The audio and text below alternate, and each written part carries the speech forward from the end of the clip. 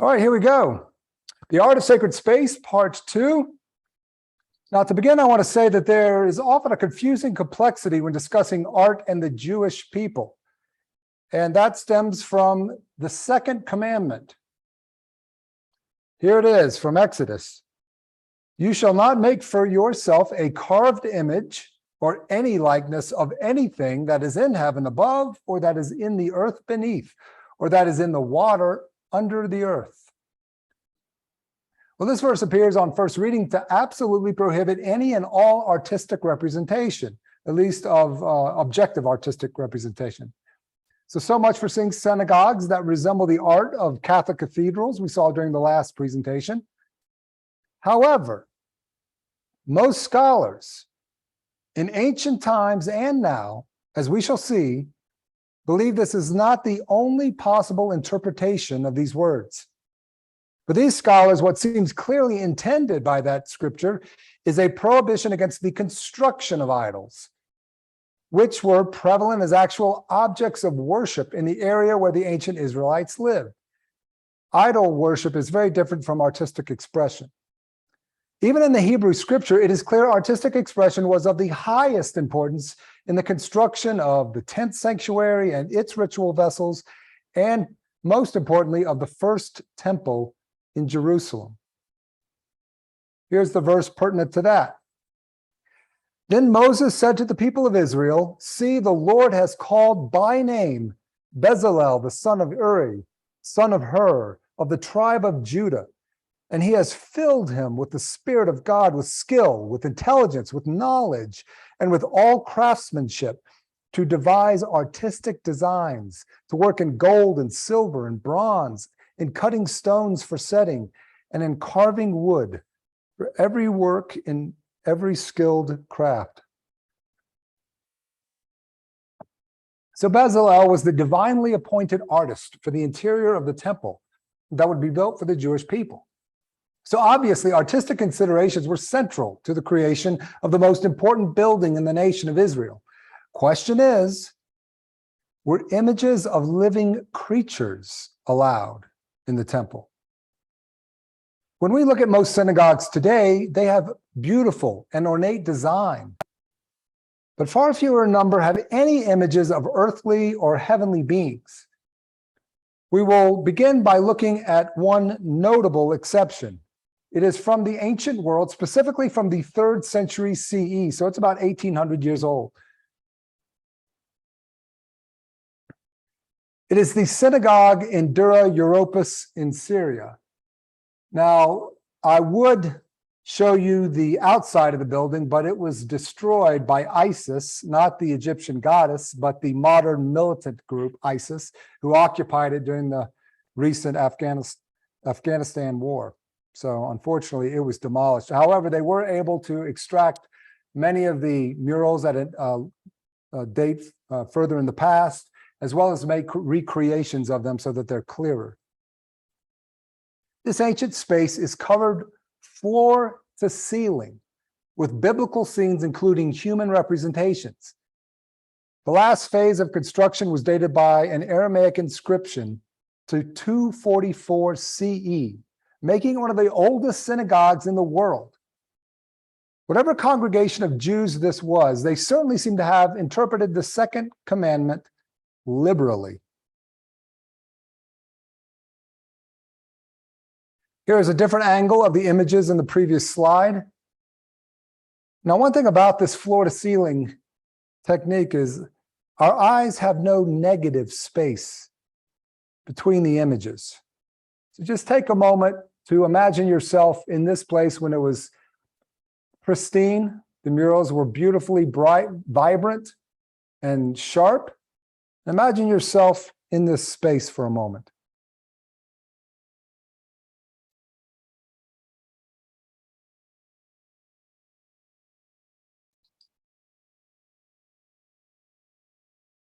And like we saw in the cathedral, such imagery is used to tell the great stories of the people using this space. So by entering sacred spaces, often we experience an education, a pedagogical tool, these artistic murals are.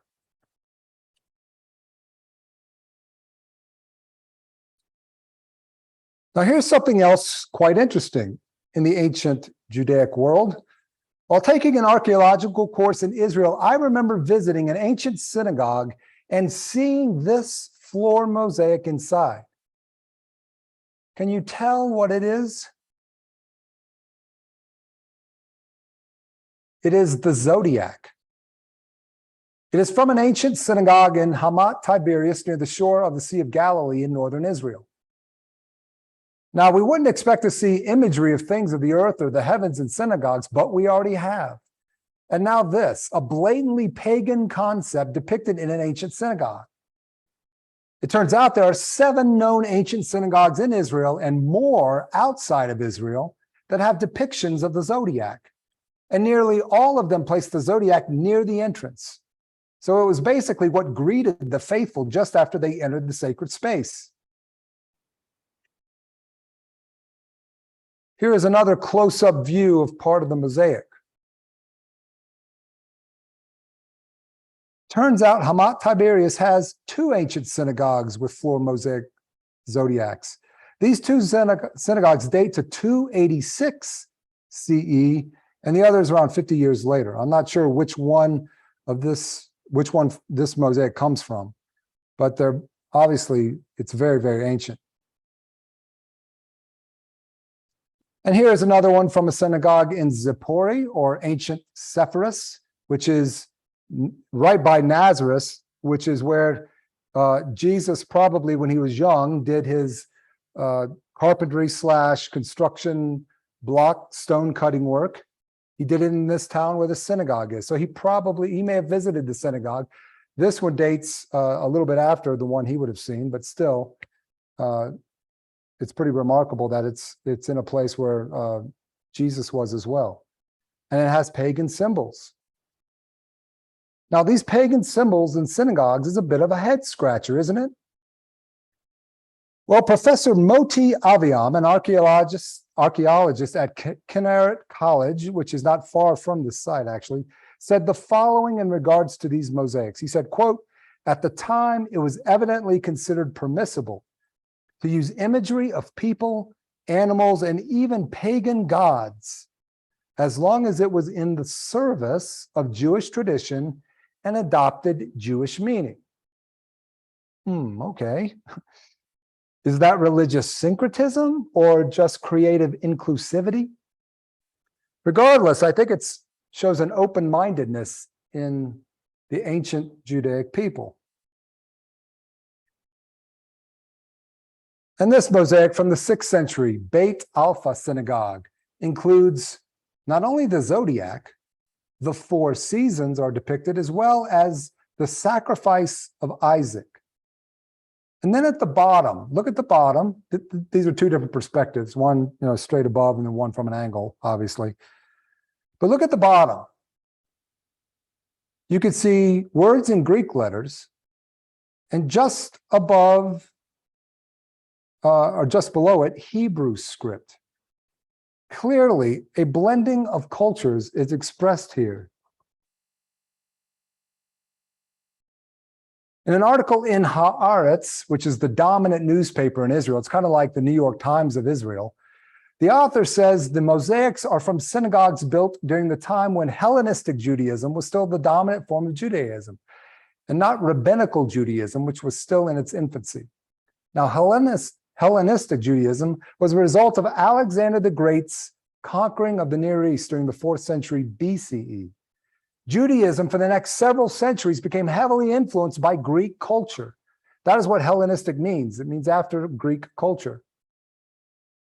So why am I beginning the presentation with this historical note and not the grand images of intact modern synagogues?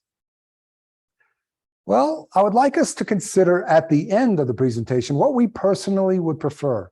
A space that brings together the best of multiple cultures, which we've just seen, blending them into something new, or spaces that stay true to one ancient traditional expression, that have a consistent and cohesive artistic expression.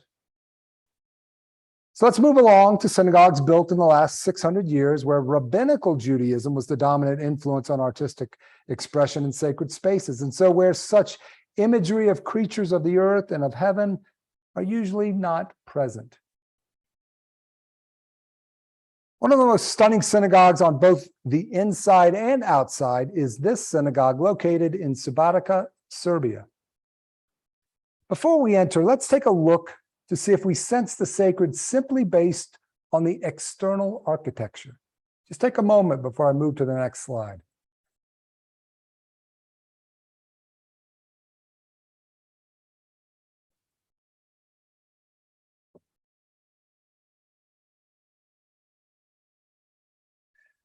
And now we enter. Now, for these images I'm going to show you of Subotica, Serbia, I need to give credit. They come from the website guyshakar.com. Guy Shakar is a freelance architect living in Israel. So I need to give credit there, and it's at the bottom left of the image. Before I move on, how would you feel if you entered such a place? Take a moment to just sit in one of the pews, look around, and sense how you feel.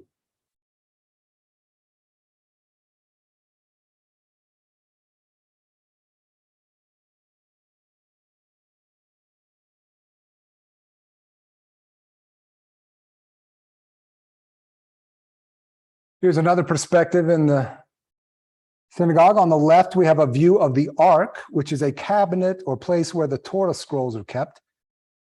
This is the view you would have if you entered the synagogue and walked straight down the central aisle.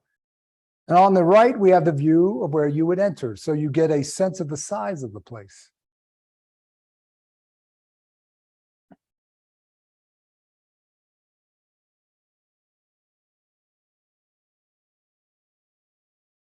There is some stunning stained glass in the synagogue. Now, these look like floral designs, but they are abstracted enough to get by the Second Commandment iconoclasts.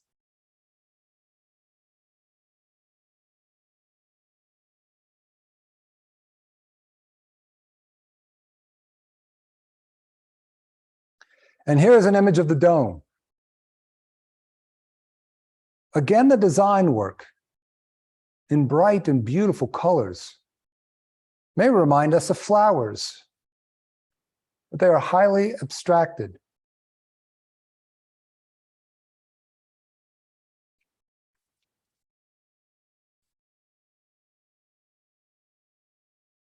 Sandwiched between two large buildings in Sydney, Australia, is the Great Synagogue.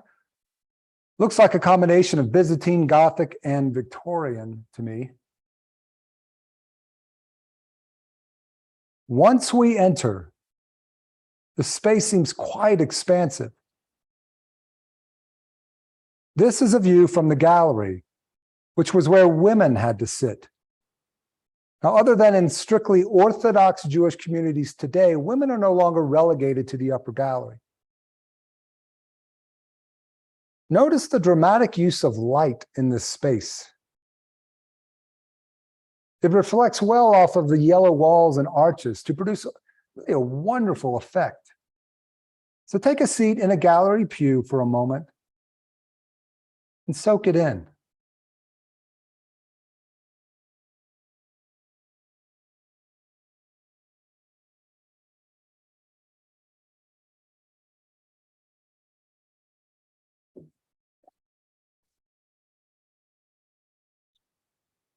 Here's a close-up of the raised platform where the Torah is read, which is called a bima, B-I-M-A-H. Notice the half dome above it. Reminds you of planets and stars in the evening sky, doesn't it?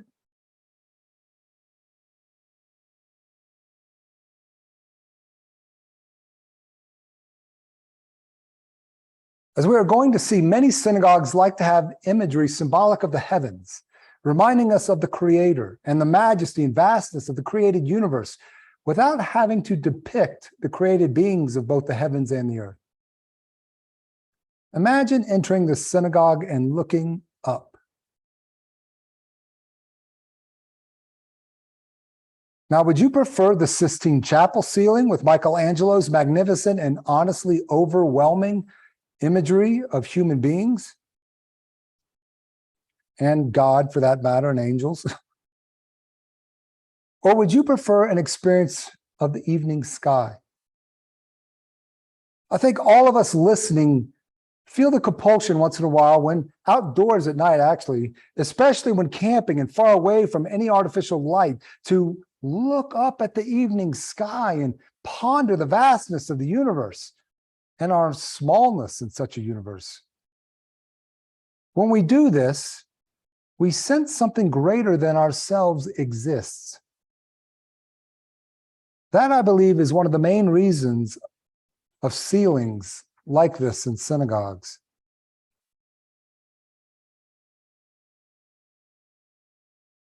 I'll take a moment to remind us of the second commandment. Here it is again. You shall not make for yourself a carved image or any likeness of anything that is in heaven above.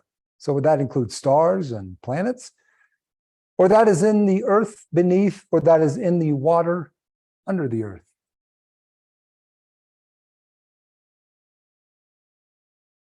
Obviously, stars don't count. Although it's true some synagogues only use golden dots instead of the traditional pointed star. Perhaps that is how they feel like they can get away with it. Here is one of the most stunning synagogues in Europe, particularly once you go inside. It is the Great Synagogue in Florence, Italy, and it actually dominates sort of the landscape. So if you can get a high view of the top of the buildings in Florence, this really sticks out. Here's what you see when you first enter. So again, I'll ask you to have a seat and take a moment to soak this in. What kind of experience does a space like this offer?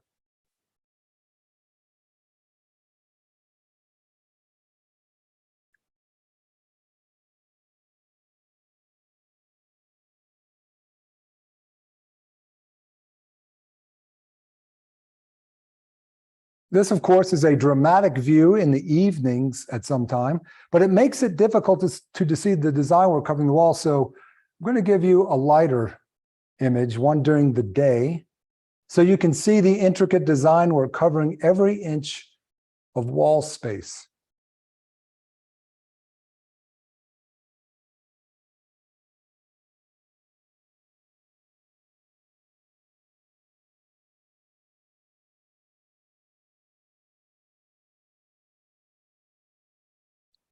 Here's what you see if you look up. An incredibly colorful, ornately designed dome. The swirling and intertwining lines is often called arabesque. That's the name of the style, based on Muslim designs. Now, I apologize that this image isn't sharper so you can see the intricacy of these designs. I looked all over the internet for a better image. I did find this one, which has a little bit different saturation, just to give you another opportunity to make out the designs. I'm not quite sure if this is much of an improvement. I'm sure, though, you could still sense what sort of experience you would have if you entered such a synagogue, looked around and looked up for a moment of contemplation and expansion of the spirit.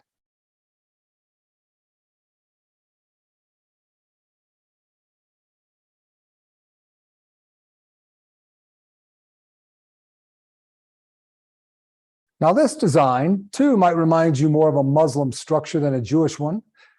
But when the Muslim Moors, M-O-O-R-S, ruled Spain, the Jews living there adopted many of the artistic expressions and styles of the Moors, just like they did when they were in a Greco-Roman culture. And when the Christians came along and defeated the Moors in the reconquest of 1492, they not only expelled the Muslims, but the Jews as well, who then took Moorish and Arabic style to other places in Europe. The Central Synagogue in Sofia is the third largest synagogue in Europe and the largest one in the Balkans. The interior also looks Islamic, doesn't it? See those lower archways just above the pews. Notice the blue with golden dots in the half dome areas on the left and right above those archways as well. Again, a view of the sky, and this time they do look like pointed stars, don't they?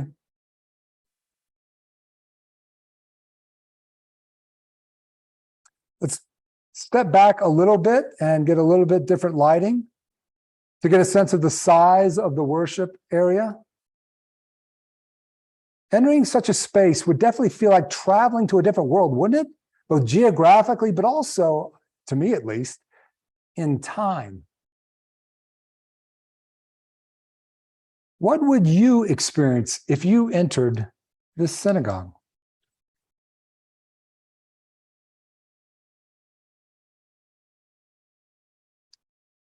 Now, unfortunately, this synagogue has become more of a museum than a worshiping venue, which is like actually many old churches, with usually less than 70 attending services during the week. But the thousands of tourists who enter regularly are definitely offered an otherworldly experience.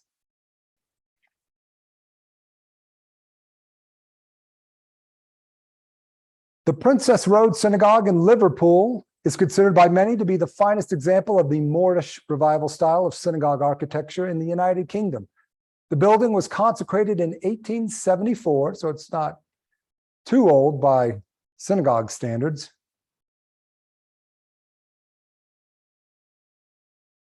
Here is the nave with a stained glass rose window in the back. We normally think of rose windows as something in Gothic cathedrals.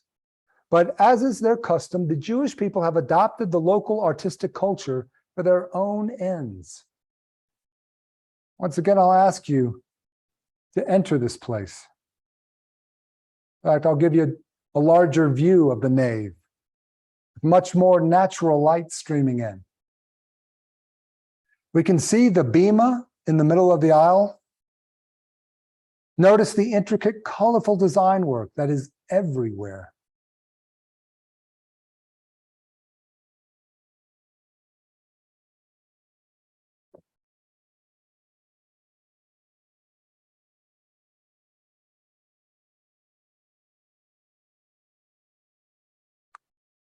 Here is a close-up of that rose window. No images of people or animals. Can you still receive its message without such imagery?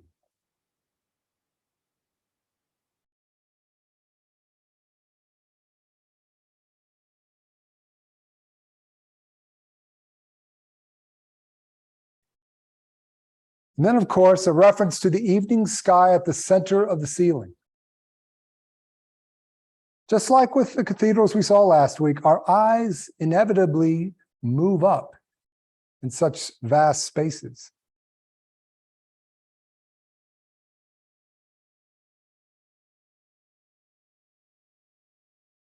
And every synagogue has a Torah ark where the Torah scrolls are kept. During the service, much reverence is made when the rabbi opens the dark curtains, or if it's a cabinet, opens the cabinet, and pulls out the scrolls. Now, I've experienced this, and though I'm not Jewish, I certainly feel a sense of something significant and holy when the rabbi parts the curtain and removes the scroll, and then processes to the bema to read it.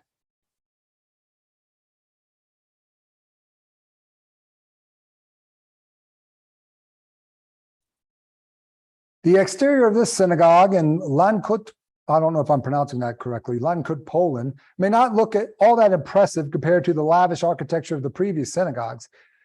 When we take a look inside, things get more interesting.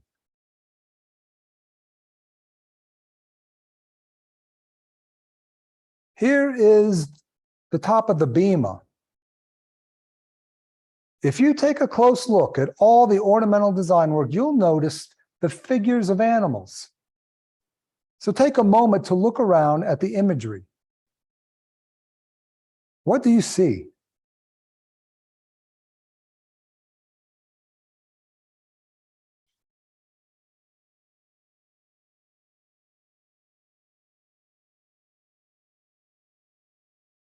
After enjoying some colorful arabesque-looking squiggles at the very top of the bema, my eyes lower where I see deer, lions, and bears.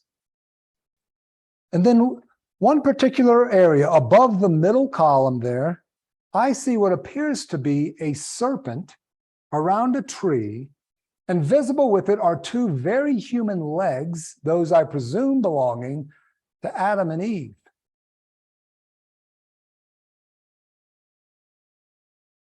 Here's a better look. So we have objective representations of creatures of the earth, surrounded by beautiful ornamental design inspired by Muslim art.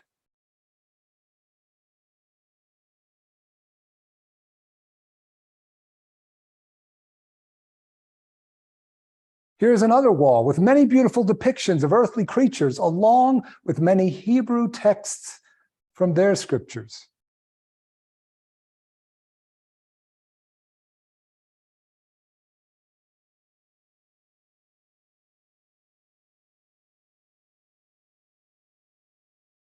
Because of the central role of the written Torah, you are more likely to see the written word prominently displayed in Jewish sacred spaces than in Christian spaces.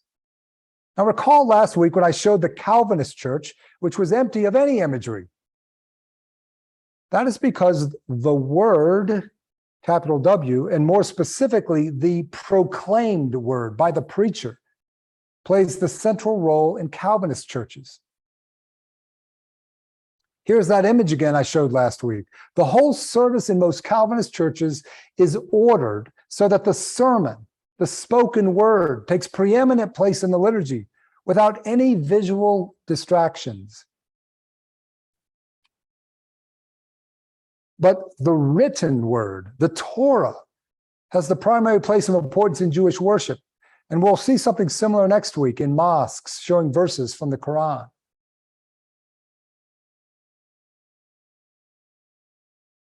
So after this survey of some of the most beautiful synagogues in the world, it would certainly seem that the earliest one we viewed, the Dura Europa synagogue in Syria, completed around 244 CE, is an outlier, with its floor-to-ceiling mosaics of humans and animals.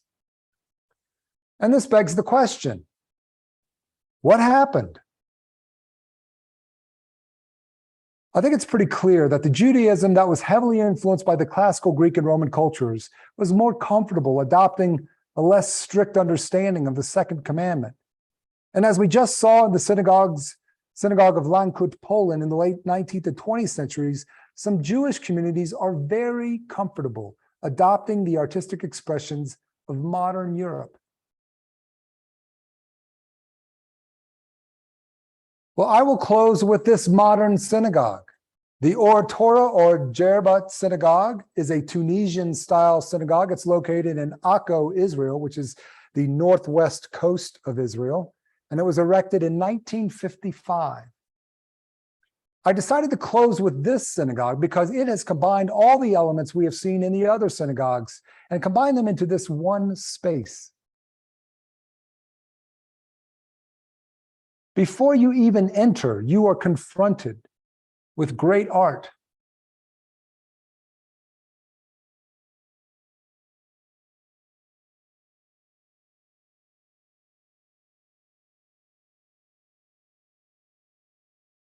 The synagogue has seven Torah arcs and has 140 stained glass windows.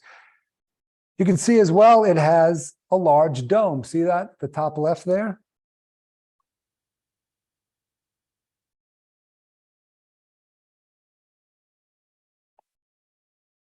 The dome has both stained glass and mosaics. Take a close look at the very top in that mosaic of the dome. That is the zodiac you are seeing, and you've seen it before. It happens to be a reproduction of the ancient Beit Alpha zodiac we saw in one of the earlier slides. Here's another perspective. So you get a sense of the experience of both the light coming through the stained glass and the wonderful mosaics.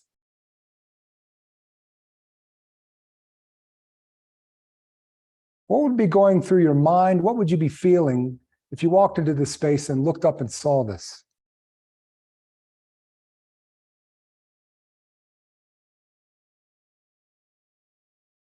Stained glass and mosaic alternate throughout the synagogue.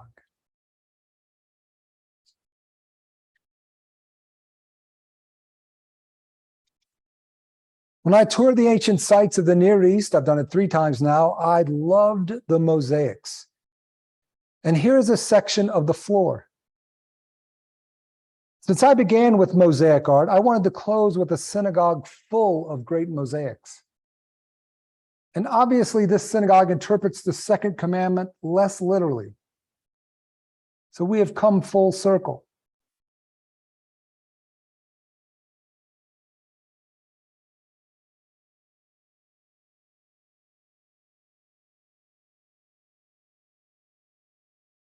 So Jewish artistic traditions have varied over the centuries and the millennia, depending on the cultural context in which the community found itself. So in closing, let me ask you, which sort of space speaks to you most powerfully? Do you prefer an emphasis on intricate design?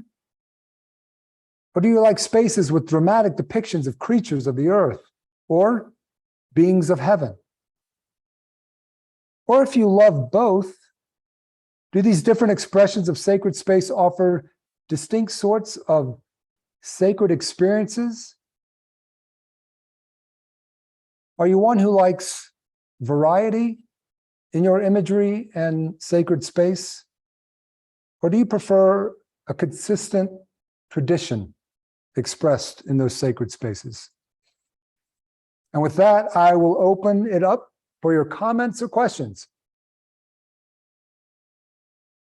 So I thought I'd say a little bit about astrology. Astrology, okay. Yeah, the early roots of mathematics came out of astrology. I don't remember who the ruler was at the time, but he wanted a more accurate way to read the heavens in terms of prophecies. And that's higher mathematics came out of that. And that's why our numbers are Arabic numbers. So I'm kind of interested in why the zodiac is showing up in the synagogues. I know that a lot of the imagery in the Christian churches was because the people didn't read, and that was a way to share the scriptures.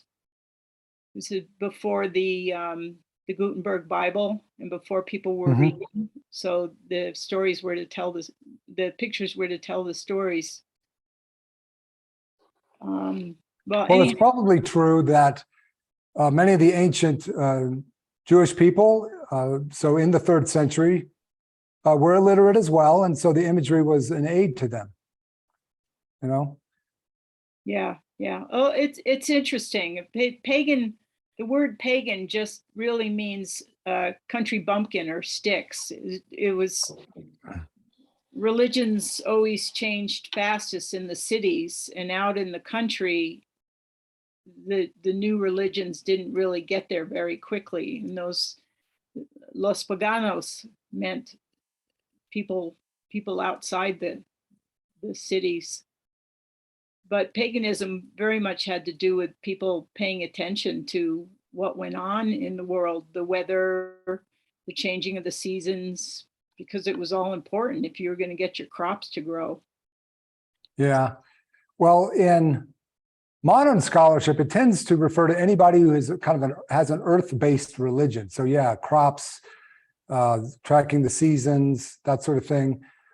Whereas to the Jews, the Christians, and the Muslims, it basically designated anybody who wasn't a Jew, a Muslim, or a Christian. You know, that's how they used it. Right. So, but it definitely does not mean they were unlearned. I mean, obviously they were extremely intellectual people. Thanks, Mercedes. Now, one thing obviously, many of the synagogues I showed you contrast dramatically with the Catholic cathedrals I showed last week. So I am curious to get your perspective on your own experience of the different types of spaces and which ones appeal to you and for what reason. Hi, Waverly. It's Marco. Hey, Marco. I think they both appeal, like even mosque or Asian temples.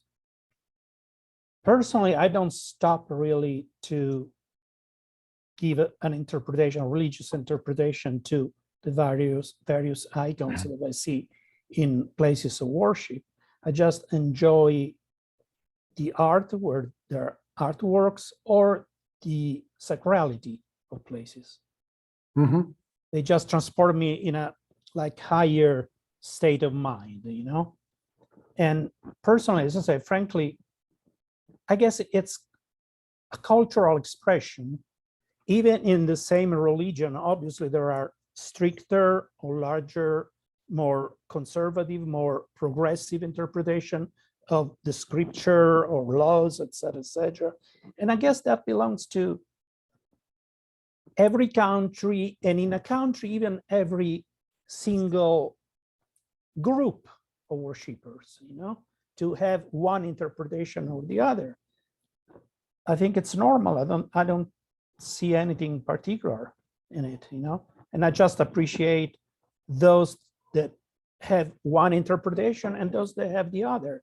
It's just a difference that makes probably their faith, their religion, even richer, because it's not just a monolith, you know, it's just has a variety of expression, which I think it's important.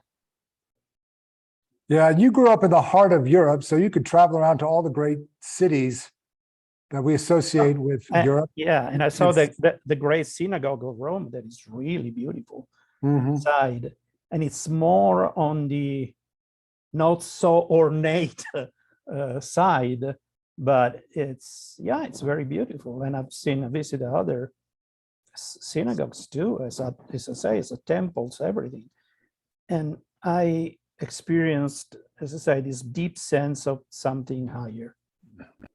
And in each one, I mean, each different faith gave me this, because there are places that are really that cater to the spiritual side of a human being. So for that, they are relevant to me, you know, no matter if I agree to their religion or whatever, you know, in that moment, I don't care. I just care that they are places where a human being can seek a higher sense to their lives, higher meaning. Yeah, I agree with your experience. No matter if we are devout somethings, particular somethings, or devout nothings, I think we benefit from exposing ourselves to a variety of sacred spaces and places, regardless of whatever tradition they represent. It's important to expose ourselves. Absolutely, yes. Yeah, it really does expand our capacity to experience the sacred divinity, whatever you want to call it. Expands our capacity the more we are exposed to. So Marco, I'm just curious, how do you feel about that Calvinist church? Well, it's fine. It's fine. It's another expression of, you know, I'll tell you something. My current of Buddhism, you all know that I am a Buddhist, is the most iconoclastic of them all. You enter our temple, you will not see a single image of the Buddha or anything that is in a way religious. But nonetheless, I obviously gather exceptional inspiration from that place, as I gather inspiration, as I said, from other places, Calvinists included. It's their way of interpreting sacrality. So it's in that sense, it's fine for me. Obviously, personally, I prefer, you know, when you enter St. Peter's and so that magnificence that hits you, but nonetheless, even the completely void of everything, little Calvinist church is a place where you can feel something spiritual, something higher that it surrounds you really. Yeah, I visited many Quaker meeting houses as well, and a lot of them are pretty austere. But when you enter, though, you want to do what the Quakers do on Sunday. You want to just sit in contemplation and quiet, and just allow whatever is out there to speak to your spirit, to your soul. Thanks, Marco. All right. Any last comment or question?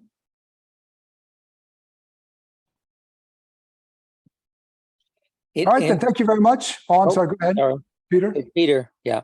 In contrast to the great spaces that we've been seeing here, I was a tourist in Portugal 30 some odd years ago, and they have, in small towns, they have chapels that have a remarkable decoration.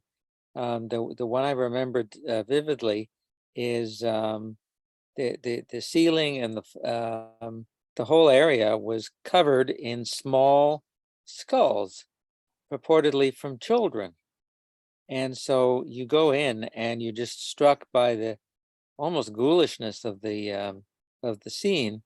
But it does create a small space that you can't really do anything but feel very serious about. So it's an interesting contrast. I don't have pictures of it. I took, at the time, I only had a video camera.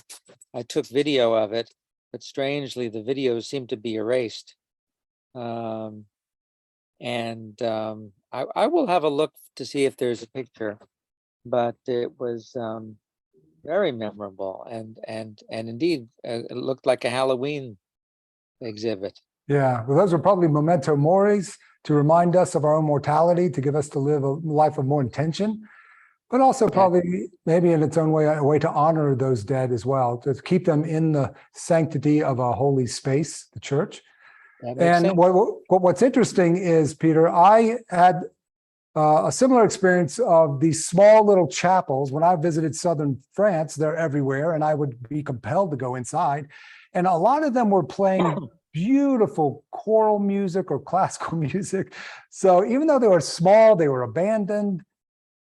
It was lovely, and it was a wonderful experience. And yes, I experienced the sacred. Maybe it was mostly the music that did it, but the music combined with that solemn space, and yes, there was art, murals around, and that sort of thing. It was a profound experience. Well, thank you, everybody. Glad you attended. I will see you next week. We'll look at the art or the sacred spaces in the Islamic world. All right, everybody, have a good one. Thank you very much.